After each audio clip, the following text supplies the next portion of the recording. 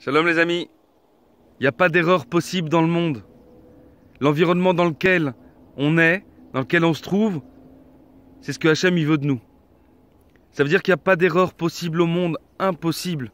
Hachem il peut pas se tromper. Si maintenant un ami vient et se confie à nous, nous dit qu'il a des problèmes, ça veut dire que Hachem, c'est le signe que Hachem il nous a choisi pour régler son problème. De la même façon, pour nos parents, notre famille, et à plus forte raison bien évidemment pour le couple.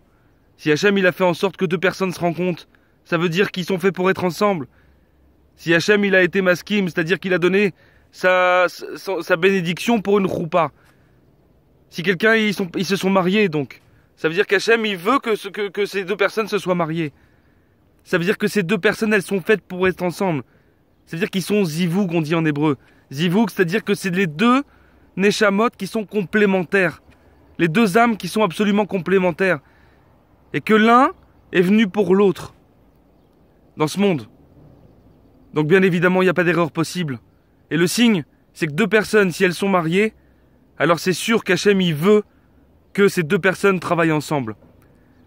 Et maintenant, quelqu'un qui refuserait de travailler avec sa femme, qui refuserait de travailler avec ses enfants, en gros, quelque part, Chas v'Shalom, ça voudrait dire qu'il refuse ce que Hachem demande de lui.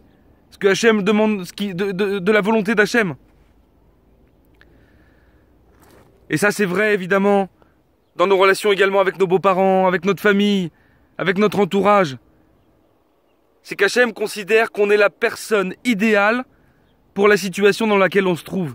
Et si maintenant on pense qu'on n'a pas les forces, on se trompe. Parce que les forces, elles sont toujours en nous. Et si vraiment on pense qu'on n'a pas les forces, il suffit de demander à Hachem et de lui dire simplement « Je sens papa que j'ai pas les forces. Je sens que j'y arrive pas.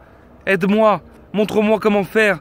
Ouvre-moi les brèches. Montre-moi comment réussir à agir sur un ou sur l'autre, à faire qu'il réussisse à faire ci ou faire ça. » Et tous les manques qu'on voit chez son partenaire, alors ce sont effectivement les choses qu'il faut réparer et qu'il faut réussir à faire.